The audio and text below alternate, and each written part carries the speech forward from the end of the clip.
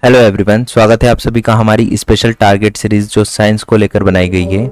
इसमें हम daily 20 questions लेकर आ रहे हैं और मोस्ट इंपॉर्टेंट टॉपिक्स जो आपके सिलेबस से रिलेटेड हैं, जैसे धातु और अधातु। प्रीवियस जो हमारा वीडियो था वो अम्ल और क्षार से रिलेटेड था, जिसमें भी हमने 20+ क्वेश्चंस करवाए थे जो डायरेक्ट एग्जाम्स में पूछे गए थे। आज भी जो हम क्वेश्चंस लेकर आए हैं, इसमें 2 से 3 क्वेश्चंस का आना संभावित है, जो आपकी वीडियो के एंड तक आपको पता चल जाएगा। तो जो आज हम क्वेश्चंस लेकर आए हैं ये भी सब प्रीवियस ईयर क्वेश्चंस है और ये परीक्षा में लगातार पूछे गए हैं। देखिए यहाँ पर जो निगेटिव मार्किंग है इस एग्जाम में होने वाली है 0.25 के लगभग 0.25 की निगेटिव मार्किंग है। यदि आप 4 क्वेश्चंस गलत करते हैं तो आपका सीधा सीधा यहाँ पर 1 नंबर कटने वाला है, इसलिए आपको यहाँ पर तुक्का नहीं मारना है। यदि आप तुक्का मारते हैं तो आपके कितने नंबर कटेंगे? 4 गलत होगा तो 1 नंबर यहाँ पर आपका कटने वाला है। तो बिना किसी देरी के हम वीडियो की शुरुआत करते हैं और वीडियो के एंड में आपको बताना है कि 20 प्रश्नों में से आपके कितने प्रश्न सही थे, बिना तुक्का मारे। तुक्का नहीं मारना है क्योंकि यहाँ पर निगेटिव मार्किंग है। ठीक है, चलिए बिना किसी देरी के हम क्वेश्चंस की शुरुआत करते हैं। चलिए पहला क्वेश्चन क्या है? निम्नलिखित में से कौन सी धातु को आसानी से चाकू से काटा जा सकता है? हर क्वेश्चन के बाद आपको 2 से 3 सेकंड का समय मिलेगा। आपको अपना आंसर सोचना है और उसे नोट डाउन करते हुए चलना है और लास्ट में देखना है कि आपके कितने क्वेश्चंस सही थे। तो इसका आंसर क्या लग रहा है आपको? सोडियम, तांबा, लोहा या एल्यूमिनियम? चारों में से आपको कौन सा आंसर लग रहा है इसका? कौन सी धातु है जिसे चाकू से आसानी से काटा जा सकता है? एमपी कांस्टेबल 2017 में ये क्वेश्चन पूछा गया था और इसके बाद पटवारी में भी ये क्वेश्चन आया था। तो देख लेते हैं इसका आंसर क्या होगा। इसका आंसर है सोडियम। सोडियम क्या है? एक धातु है जिसे किसे काट सकते हैं? चाकू से काटा जा सकता है। सोडियम का फॉर्मूला या इसका सिंबल क्या होता है? Na। पोटेशियम को K से डिनोट करते हैं। ये क्षार धातुएं इतनी मुलायम होती है कि इन्हें चाकू से आसानी से काटा जा सकता है। इन्हें हवा और नमी से बचाने के लिए कहाँ रखा जाता है? मिट्टी के तेल में रखा जाता है। ये बहुत ही इंपॉर्टेंट क्वेश्चन है, ये भी अक्सर एग्जाम्स में पूछा जाता है कि सोडियम को कहाँ रखा जाता है? सोडियम और पोटेशियम को मिट्टी के तेल में रखते हैं। चलिए सेकंड क्वेश्चन, वह एकमात्र धातु अधातु कौन सी है जो कमरे के तापमान पर द्रव अवस्था में रहती है? ये एमपीएसआई 2016 में पूछा था। तो ऐसी कौन सी अधातु है जो कमरे के तापमान पर द्रव अवस्था में रहती है? इसका अधिकतर लोग क्या लगाएंगे? गलत आंसर मार्क करेंगे इसका। चलिए बताइए क्या हो सकता है? मरकरी, पारा, ब्रोमीन, क्लोरीन, फास्फोरस? कौन सा आंसर लग रहा है आपको? तो इसका आंसर होगा ब्रोमीन। देखिए मरकरी या पारा जो होती है वो एक धातु होती है, ब्रोमीन जो है अधातु है। यहां पर आपसे अधातु पूछा था। ऐसे क्या होता है, हमारा निगेटिव मार्किंग में हमारे क्वेश्चंस गलत होते हैं क्योंकि यहाँ हम कंफ्यूज हो जाते हैं। यहाँ अधातु लिखा है, आपने इसे यदि धातु पढ़कर मरकरी या पारा इसका आंसर टिक किया होगा तो ये गलत है। यहाँ पे क्या लगाना है आपको? आंसर इसका ब्रोमीन मार्क करना है। ब्रोमीन, मरकरी, पारा द्रव अवस्था में रहने वाली धातु है, जबकि ब्रोमीन क्या है? एक अधातु जो द्रव रूप में पाई जाती है। एग्जाम में अक्सर बच्चे क्या होते हैं, इसमें कंफ्यूज हो जाते हैं, इसलिए आपको ध्यान रखना है। तीसरा क्वेश्चन, शुद्ध सोना कितने कैरेट का होता है और इसका उपयोग आभूषण बनाने के लिए क्यों नहीं किया जाता? आपको ये पता है शुद्ध सोने से क्या बनता है? आभूषण बनता है या नहीं बनता है? बताइए। 22 कैरेट का सोना होता है क्या शुद्ध? यह कठोर होता है। 24 कैरेट का बहुत मुलायम होता है। 18 कैरेट का यह भंगुर होता है। यह 24 कैरेट बहुत महंगा होता है। बहुत महंगा होता है इसलिए नहीं बनाते हैं क्या? आभूषण क्यों नहीं बनाया जाता है इसका बताइए। तो इसका आंसर होगा 24 कैरेट जो है सोने का सबसे शुद्ध सोना होता है और इसका क्या नहीं बनाया जाता? इससे आभूषण नहीं बनाया जाता है क्योंकि ये क्या होता है? बहुत ज्यादा मुलायम होता है। मुलायम होने के कारण ये टूट जाता है और टूटने के कारण इससे क्या नहीं बनता? आभूषण नहीं बनता। इसमें कुछ ना कुछ आपको चांदी मिलाना पड़ती है और भी चीजें। तांबा इसमें देखिए लिखा है, तांबा या चांदी मिलाकर इसे 22 कैरेट या 18 कैरेट का बनाया जाता है। इसलिए 22 कैरेट और 18 कैरेट का जो सोना आपको मार्केट में मिलेगा वो कैसा होगा? इस सोने से सस्ता होगा। तो 24 कैरेट का सोना क्या होता है? मुलायम बहुत ज्यादा होता है क्योंकि शुद्ध सोना होता है, इसलिए उससे आभूषण नहीं बनते। चौथा क्वेश्चन क्या है? एक्वारेजिया में सांद्र HCl और सांद्र HNO3 का अनुपात क्या होता है? बताइए। हाइड्रोक्लोरिक अम्ल और नाइट्रिक अम्ल का एक्वारेजिया में, जिसे क्या बोलते हैं, अम्लराज बोलते हैं। आपसे पूछ सकते हैं कि एक्वारेजिया को क्या कहा जाता है, तो आप क्या बताएंगे, अम्लराज बोलते हैं। HNO3 का अनुपात क्या होता है इसमें, 1:3, 3:1, 2:3 या 3:2। बताइए कौन सा सही है और कौन से गलत है। तो इसका सही आंसर क्या होगा आपका 3:1। बाकी आपके सब क्या होंगे, रॉन्ग, गलत। तो 3:1 आपका जो है सही है। एक्वारेजिया में 3 भाग सांद्र हाइड्रोक्लोरिक अम्ल, जिसे क्या बोलते हैं, HCl, हाइड्रोक्लोरिक बोलते हैं, और 1 भाग होता है आपका HNO3, जिसे सांद्र नाइट्रिक अम्ल बोलते हैं। ये बहुत खतरनाक होता है सांद्र नाइट्रिक अम्ल, और ये इतना शक्तिशाली होता है कि इसमें गोल्ड और प्लेटिनम जैसी उत्कृष्ट धातुओं को भी अपने अंदर घोल देता है। बहुत ज्यादा ये खतरनाक होता है, शक्तिशाली होता है, जो सोने और प्लेटिनम जैसी धातुओं को भी अपने अंदर क्या करता है, घोल देता है। अब 5वां क्वेश्चन क्या है, बिजली के तारों पर PVC की कोटिंग या परत क्यों चढ़ाई जाती है। कभी देखा है बिजली का तार, तो देखा ही होगा, उसके ऊपर काय की परत रहती है, किस चीज की परत होती है, उसके ऊपर प्लास्टिक की या PVC की कोटिंग या परत चढ़ाई जाती है। क्यों चढ़ाई जाती है, तार अच्छा दिखे, चमकदार दिखे इसलिए, या PVC विद्युत का अच्छा चालक होता है, प्लास्टिक चालक होता है क्या विद्युत का, या PVC विद्युत का कुचालक होता है इसलिए, या तार को मजबूत बनाने के लिए, तार की मजबूती बढ़ाने के लिए उसमें क्या प्लास्टिक लगाएंगे, ऐसा होगा क्या, क्या होगा इसका आंसर। कांस्टेबल 2022 का क्वेश्चन है ये। तो इसका आंसर होगा PVC विद्युत का कुचालक होता है, इसके कारण से हमें क्या नहीं लगता, करंट नहीं लगता है, इसलिए इसे तारों पर इसलिए लगाया जाता है ताकि आपको क्या ना लगे, शॉक ना लगे। इसलिए PVC की कोटिंग किस पर की जाती है, बिजली के तारों पर। अब 6वां क्वेश्चन क्या है, जंग का रासायनिक सूत्र क्या है। जंग कहाँ लगती है, जंग लगती है हमेशा लोहे पे। तो बताइए क्या होगा इसका formula, Fe2O3, Fe3O4, Fe2O3 dot H2O या FeOH का होल थ्राइस। क्या आंसर होगा। देखिए दो बार क्वेश्चन आया, पटवारी 2017 में भी आया और जेल पहरी 2018 में भी आया। जो क्वेश्चन पहले भी एग्जाम्स में आ चुके हैं वो ही लगातार रिपीट होते हैं, इन्हें हम क्या बोलते हैं, PYP रिपीटेड क्वेश्चंस बोलते हैं, और इनके आने की संभावना बहुत ज्यादा होती है। तो सबसे पहले आपको इन्हीं क्वेश्चंस को सॉल्व करना चाहिए। चलिए इसका आंसर देख लेते हैं, सभी ने नोट कर लिया आंसर अपना अपना। अब इसका आंसर देख लेते हैं क्या होगा। इसका आंसर है आपका Fe2O3.H2O। जब भी लोहे पर आप क्या डालेंगे, लोहा किससे क्रिया करेगा, पानी से या वाष्प से, या जो इन्वायरमेंट का आपका क्या होगा, इन्वायरमेंट में जो भी पानी वगैरह रहता है, ठीक है, मॉइस्चराइज रहता है ना, मॉइस्चराइजर बोलते हैं उसे, मॉइस्चर रहता है, उससे जो आपका लोहा क्रिया करता है, उसके कारण लोहे पर क्या लग जाती है, जंग लग जाती है। और ये कैसा है, केमिकल चेंज है, जो रासायनिक परिवर्तन बोलते हैं। लोहे पर जंग लगना कैसा परिवर्तन होता है, एक रासायनिक परिवर्तन होता है। ये भी लगातार क्वेश्चन जो है एग्जाम में पूछा जाता है। 7वां क्वेश्चन देख लेते हैं, कौन सी धातु सबसे अधिक अभिक्रियाशील है। ऐसी कौन सी धातु है जो मोस्ट रिएक्टिव धातु है, बताइए कौन सी धातु है ऐसी। लोहा, लोहा रिएक्ट करता है क्या, कॉपर करता है, पोटेशियम करता है, या गोल्ड करता है। कौन सी धातु है जो सबसे ज्यादा क्रिया करती है। सोना तो करेगा नहीं, क्योंकि ये धरती में कैसा पाया जाता है, मुक्त अवस्था में पाया जाता है। सोना धरती में हमेशा मुक्त अवस्था में पाया जाता है। लोहा तो सभी को पता है, लोहा और तांबा इतनी जल्दी क्रिया नहीं करते हैं, तो इसका आंसर क्या होगा, पोटेशियम। सक्रियता श्रेणी में पोटेशियम, जिसे किसे के से डिनोट करते हैं, पोटेशियम को के बोला जाता है, सबसे ऊपर आता है, जिसके कारण यह ठंडे पानी और हवा के साथ भी अत्यंत तीव्र गति से अभिक्रिया करता है।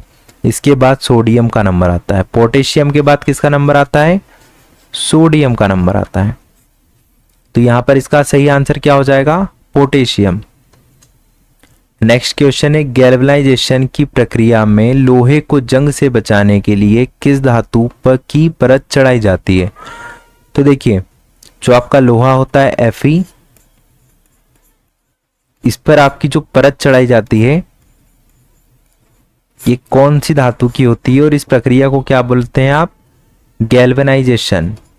ठीक है, ऊपर लिखा है गैल्वेनाइजेशन, ये ध्यान रखना। तो लोहे पर किस धातु की परत चढ़ाई जाती है? इसे बोलते हैं जिंक या जस्ता की परत चढ़ाई जाती है। जिंक की परत जब आप लोहे या स्टील की वस्तुओं पर चढ़ाते हैं तो लोहे की तुलना में अधिक सक्रिय होने के कारण खुद ऑक्सीकृत हो जाता है और लोहे को क्या करता है? जंग लगने से बचाता है। इसे क्या बोलेंगे हम? इसे बोलेंगे इस प्रक्रिया को गैल्वेनाइजेशन या यशद लेपन। हिंदी में बिल्कुल शुद्ध हिंदी में बोलेंगे यशद लेपन। 9वां क्वेश्चन, जो आपका स्टेनलेस स्टील होता है बनाने में लोहे के साथ किन धातुओं को मिलाया जाता है? स्टेनलेस स्टील जो होता है लोहे से क्या होता है? अधिक मजबूत होता है और इसमें जंग भी क्या लगती है? जो जंग लगती है वो कम लगती है लोहे की तुलना में। तो इसमें क्या मिलाया जाता है? तांबा और जस्ता मिलाया जाता है क्या? क्रोमियम और निकिल, एल्यूमिनियम और टिन, सीसा और जस्ता, क्या मिलाया जाता है चारों में से? तो देखिए, जो स्टेनलेस स्टील होता है उसमें क्रोमियम और निकिल मिलाया जाता है। क्या क्या मिलाया जाता है? क्रोमियम प्लस निकिल मिलाया जाता है, जिससे क्या होता है? स्टेनलेस स्टील प्राप्त होता है जो अत्यंत कठोर होता है और इसमें कभी भी जंग नहीं लगती है। स्टेनलेस स्टील में कभी भी क्या नहीं लगती है? जंग नहीं लगती है। लोहे के अंदर जब आप क्रोमियम और निकिल को डालोगे तो स्टेनलेस स्टील बनेगा। इसके बाद 10वां क्वेश्चन, थर्मामीटर में उपयोग की जाने वाली धातु पारा का मुख्य अयस्क कौन सा है? पारा कहाँ से आपको मिलता है? बॉक्साइट किसका अयस्क है? ये बॉक्साइट, बॉक्साइट तो है एल्यूमिनियम। हेमेटाइट, हेमेटाइट लोहे का है। गैलेना और सिनेबार, इन दोनों में से कोई एक हो सकता है, तो कौन सा होगा देख लेते हैं। सिनेबार, सिनेबार जो है किसका अयस्क है? पारे का। इसके अलावा बॉक्साइट किसका है? एल्यूमिनियम का।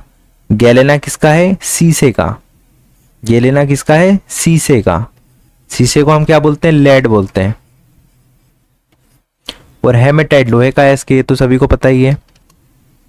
इसके बाद पीतल निम्नलिखित में से किन दो धातुओं के एक मिश्र धातु है?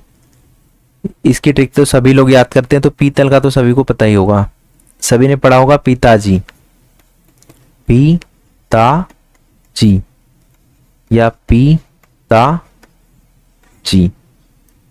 ठीक है, पीतल, त से क्या हुआ? तांबा, और जी से हो गया आपका जिंक। तो पीतल किन दो चीजों से मिलकर बना होता है? तांबा प्लस जिंक। तो इसका सही आंसर क्या हो जाएगा? तांबा प्लस जस्ता।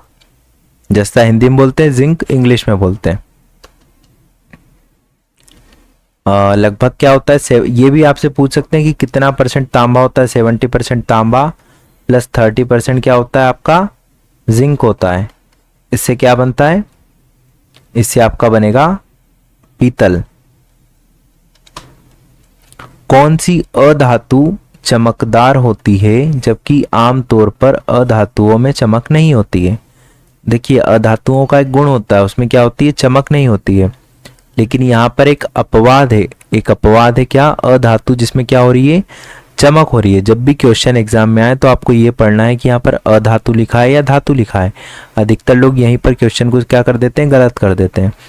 तो कौन सी अधातु चमकदार होती है जबकि आमतौर पर अधातुओं में चमक नहीं होती? कार्बन, आयोडीन, सल्फर या ऑक्सीजन? क्या होगा? ऑक्सीजन धातु है क्या या अधातु है? ऑक्सीजन तो गैस है। तो इसका सही आंसर क्या होगा? आयोडीन। क्योंकि आयोडीन क्या है? एक अधातु है, लेकिन इसके क्रिस्टल में धातुओं जैसी विशेष चमक पाई जाती है। यह अधातुओं के भौतिक गुणों का एक बड़ा क्या है? अपवाद है। ठीक है, नेक्स्ट क्वेश्चन की तरफ बढ़ते हैं।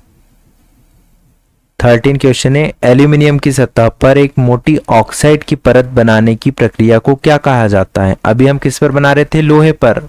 लोहे पर जब हम बना रहे थे तो इसे क्या कह रहे थे आप? गैल्वेनाइजेशन। ठीक है, इसे क्या बोल रहे थे आप? गैल्वेनाइजेशन बोल रहे थे। अब यहाँ पर किस पे लगा रहे हैं आप, एल्यूमिनियम की सतह पर मोटी ऑक्साइड की परत लगा रहे हैं जो इसे क्या करती है, संक्षारण से बचाती है। ये एमपी लैब असिस्टेंट पुरानी परीक्षा और एमपीएसआई 2017 में पूछा जा चुका है ये वाला क्वेश्चन। तो गैल्वेनाइजेशन बोलेंगे क्या, नहीं बोलेंगे। कैथोडीकरण बोलेंगे क्या, नहीं। कैथोडीकरण क्या होता है, वो रॉड वगैरह पे आप क्या चढ़ाते हैं, प्लस और माइनस वाला फंडा जो होता है उसको कैथोडीकरण बोलते हैं। और मिश्र धातु का निर्माण हो रहा है क्या यहाँ पर, ऐसा बोलेंगे क्या, नहीं। तो इसका सही आंसर क्या होगा, एनोडीकरण या एनोडाइजिंग, एनोडीकरण। ठीक है, इसमें क्या होगा, एनोडीकरण में एल्यूमिनियम पर विद्युत अपघटन द्वारा ऑक्साइड की एक मजबूत परत जमा दी जाती है जिससे इस पर क्या हो, आगे जंग या संक्षारण का असर नहीं होता है। देखिए यहाँ तो मैं लिख रहा हूं, और यदि आपको क्या है इसका पीडीएफ चाहिए तो जो कमेंट सेक्शन में जो क्या है टेलीग्राम की लिंक है, टेलीग्राम की लिंक पे आपको जाना है, टेलीग्राम की लिंक पे क्लिक करना है और वहाँ पर आप जब चैनल में ऐड हो जाएंगे तो इस क्लास की पीडीएफ आपको वहाँ पर मिल जाएगी। तो इससे क्या होगा, आपको वीडियो देखने की बार बार ज़रूरत नहीं है, एक बार आप पूरा वीडियो देख लेना और इसके बाद आप जो रिवीजन करेंगे वो पीडीएफ के थ्रू आपका रिवीजन आसानी से हो जाएगा। अब 14th क्वेश्चन है, हवाई जहाज के कल पुर्जे और प्रेशर कुकर बनाने में एल्यूमिनियम की किस मिश्र धातु का उपयोग किया जाता है। हवाई जहाज के कलपुर्जे और प्रेशर कुकर, जो आपके घर में कुकर होता है ना, इसे बनाने में एल्यूमिनियम की किस मिश्र धातु का उपयोग किया जाता है। पीतल, कांसा, ड्यूरालुमिन और शोल्डर। या लुमिन में ही क्या है, एल्यूमिनियम, तो इसका आंसर भी क्या हो जाएगा, एल्यूमिनियम। ड्यूरालुमिन क्या होता है, एल्यूमिनियम, तांबा, मैग्नीज और मैग्नीशियम की मिश्र धातु है।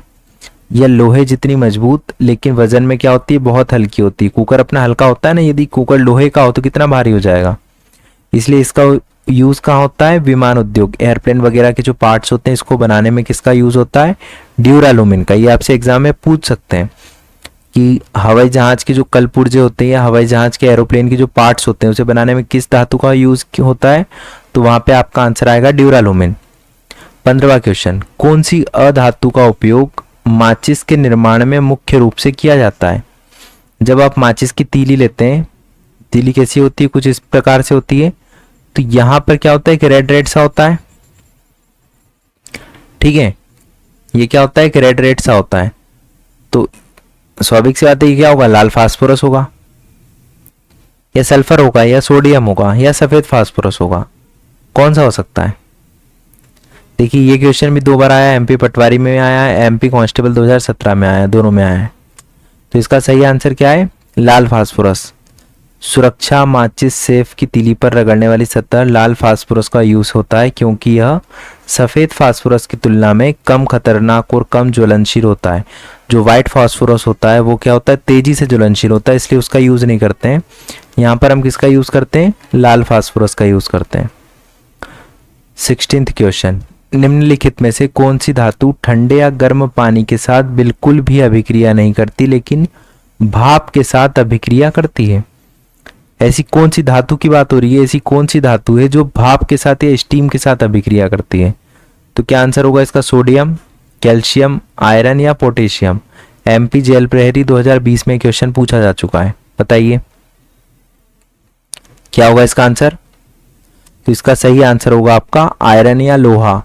सोडियम और पोटेशियम ठंडे पानी में भी तेजी से क्रिया करते हैं, जबकि गर्म कैल्शियम किससे करता है, गर्म पानी से क्रिया करता है। लेकिन जो आपका आयरन होता है, एल्यूमिनियम और जिंक केवल जल वाष्प या भाप के साथ क्रिया करके ऑक्साइड बनाते हैं। ठीक है, तो इसका सही आंसर क्या हो जाएगा, आयरन या लोहा। 17th क्वेश्चन है, धातु के ऑक्साइड आमतौर पर किस प्रकृति के होते हैं। जो धातु के ऑक्साइड होते हैं आमतौर पर किस प्रकृति के होते हैं। ये अभी हमने अम्ल और क्षार वाले उसमें पढ़ा था, जब आपने अम्ल एसिड और बेस पढ़ा था, क्या पढ़ा था, एसिड प्लस बेस पढ़ा था। तो इस चैप्टर में भी आपने ये वाला क्वेश्चन पढ़ा था। यदि आपने वाला वीडियो नहीं देखा है तो एक बार जाके उसका क्या कर लें, रिवीजन कर लें, छोटा सा वीडियो है उसको देख लें, तो आपका जो एसिड और बेस वाला चैप्टर है ये पूरी तरीके से क्लियर हो जाएगा। तो यहाँ पर जो धातु के ऑक्साइड होते हैं आमतौर पर किस प्रकृति के होते हैं? अम्लीय होते हैं, क्षारीय होते हैं या उदासीन होते हैं? बताइए। देखिए ये होते हैं क्षारीय। जो धातु के ऑक्साइड होते हैं वो कैसे होते हैं? क्षारीय। ये पानी में घुलकर क्षार बनाते हैं, जैसे MgCl। एक सेकंड इसको क्लियर कर देता हूं मैं। ठीक है। तो यहां पर क्या होता है? MgO प्लस क्या मिलता है? H2O, जिससे क्या बना? MgOH का होल ट्वाइस। ये लाल लिटमस को क्या कर देते हैं? नीला कर देते हैं। बोलते हैं अच्छा लानी, क्लास में पढ़ाया था शॉर्ट ट्रिक्स, वो भी शॉर्ट ट्रिक्स बताइए एक बार जाके, वाला क्या करें वीडियो देख लें। जो क्षार होता है लाल को क्या करता है? नीला करता है। और जो अम्ल होता है नीला, जो अम्ल होता है वो क्या करता है? नीले को लाल करता है। ठीक है। नेक्स्ट क्वेश्चन, तांबे के बर्तनों पर नमी और हवा के कारण हरी परत जम जाती है। यह हरा पदार्थ क्या होता है? सभी के घरों में क्या होता है? तांबे के बर्तन होते हैं। आप सूर्य वगैरह को जल चढ़ाते होंगे तो जो आपका लोटा वगैरह रहता है वो भी क्या होता है? तांबे का होता है। अब जब इसमें नमी लगती है, हवा लगती है तो हरा हरा सा हो जाता है। फिर हम इसे नींबू वगैरह से या वो तामन मिलती है उससे साफ करते हैं तो कैसा हो जाता है? वापस से चमकने लगता है। तो यह हरा पदार्थ जो होता है वो क्या क्या रहता है? ये कॉपर सल्फेट रहता है या कॉपर कार्बोनेट रहता है और कॉपर हाइड्रोक्साइड का मिश्रण होता है, कॉपर ऑक्साइड होता है या कॉपर नाइट्रेट होता है। MP पटवारी 2017 में क्वेश्चन पूछा गया था। तो ये होता है आपका कॉपर कार्बोनेट और कॉपर हाइड्रोक्साइड का मिश्रण। नम हवा में मौजूद CO2 मतलब कार्बन डाइऑक्साइड और ऑक्सीजन के कारण तांबे पर basic copper carbonate CuCO3 CuOH का होल थ्राइस की हरी परत बन जाती है, जिसे तांबे का संचारण होता है। तो बेसिक कॉपर कार्बोनेट बोलते हैं इसे। ठीक है। तो आपको क्या याद रखना है? आपसे दोनों भी पूछ सकते हो। और क्या पूछ सकते हैं? कॉपर कार्बोनेट की परत जम जाती है। अगला क्वेश्चन है, फ्यूज तार और टाका लगाने वाले तार में किन धातुओं का मिश्रण होता है? फ्यूज तार कहाँ लगाते हैं? आपने आपके घर पे ये लगा हुआ देखा होगा, कुछ इस तरीके से मीटर के पास लगे रहते हैं, जैसे 2 या 3 रहते हैं। इसके अंदर पे जब आप इसे देखोगे तो यहां से यहां तक क्या होता है? एक तार बंधा होता है। ठीक है। इसे क्या बोलते हैं? फ्यूज तार। इसका क्या होता है? गलनांक बहुत कम होता है। जो गलनांक होता है मतलब ये आसानी से क्या हो जाता है? गल जाता है, पिघल जाता है। गलनांक क्या होता है? कम होता है। तो ये किन धातुओं का मिश्रण होता है? जस्ता और तांबे का होता है, सीसा और टीन का होता है, लोहे और क्रोमियम का होता है या चांदी और तांबे का होता है? किन धातुओं का मिश्रण होता है ये?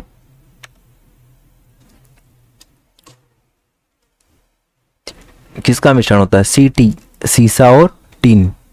कैसे याद रखेंगे इसे? CT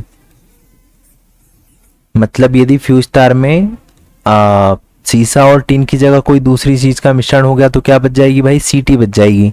CT बच जाएगी मतलब आपकी जो बिजली है वो क्या हो जाएगी? गुल हो जाएगी, या आपके जो उपकरण है वो जल जाएंगे, क्योंकि फ्यूज तार सही समय पे यदि नहीं टूटेगा तो क्या होगा? फॉल्ट हो जाएगा।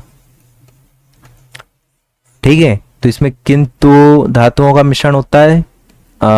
सीसा और टिन का। हमारा बी जो इसका सही आंसर है। प्रकृति में मुक्त अवस्था में पाई जाने वाली धातुएं कौन कौन सी होती है? अभी हमने थोड़ी देर पहले पढ़ा था, MP फॉरेस्ट 2023 में ये क्वेश्चन आया है। सोडियम और पोटेशियम, सोना और प्लेटिनम, लोहा और तांबा, एल्यूमिनियम और जस्ता। देखिए जिन भी धातुओं के अयस्क पाए जाते हैं वो कभी भी प्रकृति में मुक्त अवस्था में नहीं पाए जाते हैं, वो मुक्त नहीं होते हैं। तो आपने लोहे और तांबे का अयस्क सुना है क्या? सुना है। लोहे का होता है हेमेटाइट, तांबे का भी अभी हमने पढ़ा था। एल्यूमिनियम का क्या होता है? बॉक्साइड होता है। जस्ते का भी अयस्क होता है। इसके बाद सोडियम और पोटेशियम के होते हैं क्या? हाँ, सोडियम और पोटेशियम के भी हो सकते हैं। इसके बाद जो आपका सोना और प्लेटिनम है, इनके अयस्क नहीं होते हैं। तो ये क्या होता है? या अयस्क हो भी सकते हैं, देखना पड़ेगा। बाकी ये जो होते हैं धरती में क्या होते हैं? मुक्त अवस्था में पाए जाते हैं। तो हमारा राइट आंसर क्या हो जाएगा? सोना और प्लेटिनम। ये देखिए ये बोल रहा है प्रकृति में क्या होते हैं? शुद्ध या मुक्त अवस्था में पाए जाते हैं। तो हमारा राइट आंसर क्या होगा? सोना और प्लेटिनम। सोना को किससे डिनोट करते हैं? AU से और प्लेटिनम को PT से। ये बहुत ही कम क्रियाशील धातुएं हैं। ये हवा, पानी या अम्लों से आसानी से क्रिया नहीं करते हैं। जब ये किसी से क्रिया नहीं करते हैं, इसीलिए प्रकृति में क्या पाए जाते हैं, मुक्त अवस्था में पाए जाते हैं। तो अभी हमारे 20 क्वेश्चंस हो गए हैं खत्म। हम इसी टॉपिक से 20 क्वेश्चन और लेकर आएंगे, तो ये हमारा जो चैप्टर है क्या हो जाएगा, कंप्लीट हो जाएगा। ठीक है, अब आपके 20 में से कितने नंबर आए हैं ये आप जरा कमेंट करके बता दीजिए। जिसके सबसे ज़्यादा नंबर आएंगे उसका हम नाम नेक्स्ट वीडियो में क्या करेंगे, फीचर करेंगे। अब मिलते हैं आपसे नेक्स्ट वीडियो में, तब तक के लिए जय हिंद, जय भारत।